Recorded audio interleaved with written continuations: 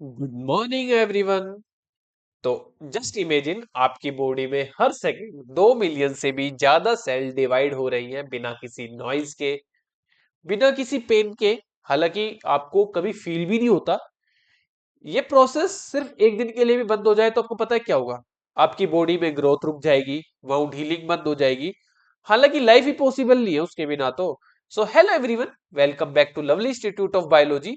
मैं हूं लव भारद्वाज और आज हम पढ़ेंगे cell cycle and cell division का मोस्ट ड्रामेटिक फेज, जिसको बोलते हैं माइटोटिक फेज या फिर एम फेज, जिसको इक्वेशनल डिवीजन भी बोला जाता है।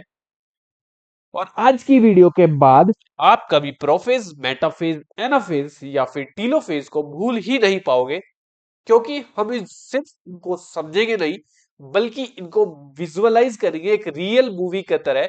एक सेल में किस तरह सारे प्रोसेस हो रहे हैं। तो पेन उठाइए, दिमाग ओपन करिए और चलिए स्टार्ट करते हैं journey from one cell to two identical cells. So सबसे पहले है M phase. M phase most dramatic period होता है सेल साइकिल का। जो यहाँ पर नंबर ऑफ क्रोमोसोम होते हैं वो 2। अगर पेरेंट में एन है तो प्रोजेनी में भी एन होगा। अगर पेरेंट में 2n है तो प्रोजेनी में भी 2n होगा। ठीक है,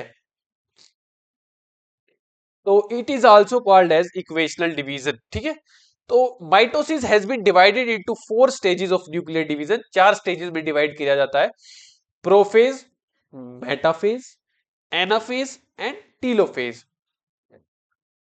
तो सबसे पहले है प्रोफेज। प्रोफेज क्या होता है? फर्स्ट स्टेज होती है किसकी? कैरियोकाइनेसिस, यानी कि न्यूक्लियर डिवीजन की। अच्छा, एक कैरियोकाइनेसिस होता है, एक साइटोकाइनेसिस होता है। साइटोकाइनेसिस क्या होता है वो आप मुझको बताओगे। इसमें क्या होता है? प्रोफेज में क्रोमोसोम का कंडेंसेशन स्टार्ट हो जाना होना शुरू हो जाता है। अब वो कैसे होता है? आपने पढ़ा होगा क्रोमेटिन। ठीक है, अब क्रोमेटिन क्या था? लूज डीएनए था। ठीक है, लूज डीएनए मतलब अब वो लूज था, ऐसे ही बिखरा बिखरा फॉर्म में था। अब उसको कंडेंस करेंगे, यानी कि अब हम उसको इकट्ठा करेंगे और थिक फॉर्म में बनाएंगे ताकि वो विजिबल क्रोमोसोम की फॉर्म में कन्वर्ट हो जाए। ठीक है, तो mark by the initiation of condensation of chromosome material. Chromosomal material था, उसका इनिशिएशन यानी कि कंडेंसेशन स्टार्ट हो जाएगा। ठीक है, साथ ही सेंट्रोजोम जो एस फेज में डुप्लीकेट कर रहे थे, आपने पढ़ा होगा, जो एस फेज में सेंट्रोजोम डुप्लीकेट कर रहे थे या फिर सेंट्रियोल जो डुप्लीकेट कर रहे थे, वो अब दूसरे पोल पे, अपोजिट पोल पे मूव करना स्टार्ट कर देंगे। देखो, जब हम दूसरी वो आएगी फेज तो उसमें ये सेंट्रोजोम है, सेंट्रियोल है, ये अपोजिट फोर्स पे मूव कर चुके हैं, ये शो करे गए हैं। ठीक है, नेक्स्ट है each centrosome radiates out microtubules. ये माइक्रोट्यूब्यूल्स निकल रहे हैं, स्पिंडल, जिनको एस्टर्स बोला जाता है या फिर स्पिंडल फाइबर्स बोला जाता है। ठीक है, सेल्स, इस प्रोफेज सेल को जब हम at the end of microscope में देखते हैं तो हमें उसमें न्यूक्लियस, एंडोप्लाज्मिक रेटिकुलम, न्यूक्लियोलस और न्यूक्लियर एनवेलप देखने को मिलता है। ठीक है, न्यूक्लियर एनवेलप के अंदर क्रोमोसोम्स प्रेजेंट होते हैं। जो नेक्स्ट स्टेज है वो है मेटाफेज। अब मेटाफेज में क्या होता है? मेटाफेज एक बहुत ही इंपॉर्टेंट स्टेज है। इसमें डिसइंटीग्रेशन या फिर ब्रेक या फिर बोलूं न्यूक्लियर जो एनविलोप होता है, जो हमने अभी देखा था जिसके अंदर क्रोमोसोम होते हैं, वो कंप्लीटली ब्रेक होना चालू हो जाता है या फिर कंप्लीटली ब्रेक हो जाता है या फिर उसका डिसइंटीग्रेशन हो जाता है। तो जो कंडेंसेशन ऑफ क्रोमोसोम है, जो इकट्ठा हुआ क्रोमोसोम प्रोफेज में, अब हम उसको मेटाफेज में देख सकते हैं अंडर द माइक्रोस्कोप। इसलिए इस स्टेज को बोला जाता है कि this is the best stage to study the morphology. Morphology की स्टडी करने के लिए सबसे बेस्ट स्टेज माना जाता है मेटाफेज को। और this page chromosome is made up of 2 chromatids. देखो, यहाँ पे एक सिंगल क्रोमेटिड्स का डायग्राम बनाया गया है।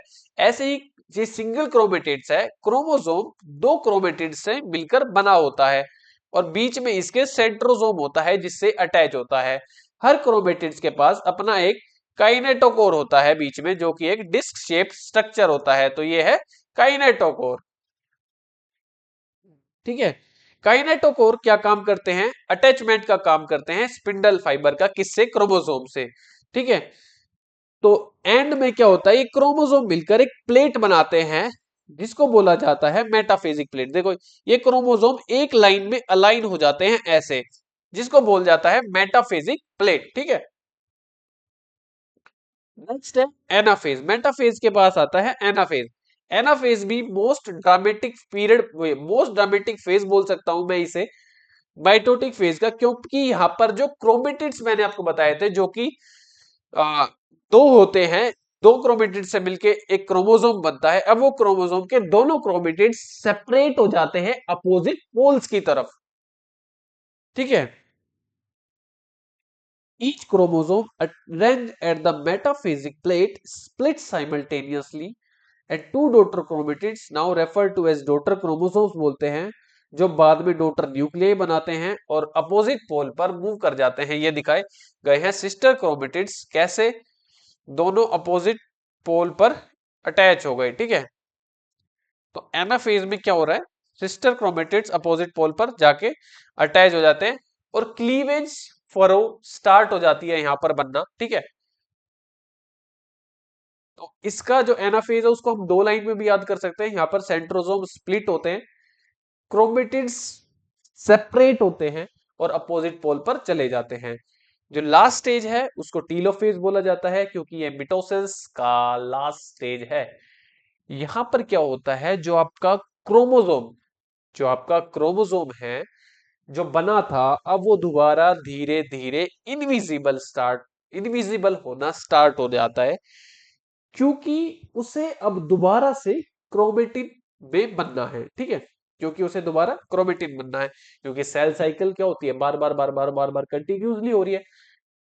तो यहां पर हम जो हमारे न्यूक्लियस, गोल्गी कॉम्प्लेक्स और एंडोप्लाज्मिक रेटिकुलम है, यहाँ पर क्या होते हैं, दोबारा से अपीयर होने लगते हैं। तो हम, ये मैंने आपको एक बार ऊपर ऊपर से बता दिया, अब आप यहाँ पर लिखा हुआ है उससे भी समझ सकते हैं। टीलोफेज में क्या होता है, जो इंडिविजुअल क्रोमोसोम होता है वो अब नहीं दिखता, क्रोमोसोम मटेरियल कलेक्ट होना स्टार्ट हो जाता है अपोजिट पोल पे।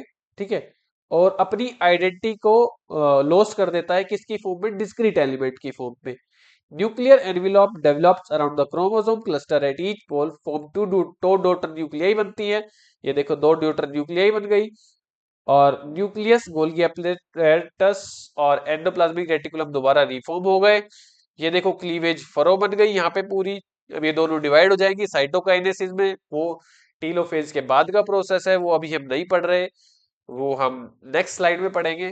आपको कैसे लगा मेरा आज का लेक्चर? ऐसे ही धीरे धीरे शॉर्ट थिंग्स को पढ़ने के लिए आप मेरे चैनल को फॉलो कर सकते हैं, क्योंकि आगे हम पढ़ेंगे मियोसिस, और मियोसिस की जो फर्स्ट फेज है उसकी मेरे पास एक बहुत अच्छी ट्रिक है, जैसे कि लाल झाड़ू 5 दे दो, जैसे कि लाल से लिप्टोटीन, झाड़ू से जाइगोटीन, 5 से पैचिटाइन, और वो कैसे सीक्वेंस में फॉलो होती है। ऐसी ट्रिक्स अगर आपको याद करनी है तो कमेंट सेक्शन में मुझे जरूर बताएं।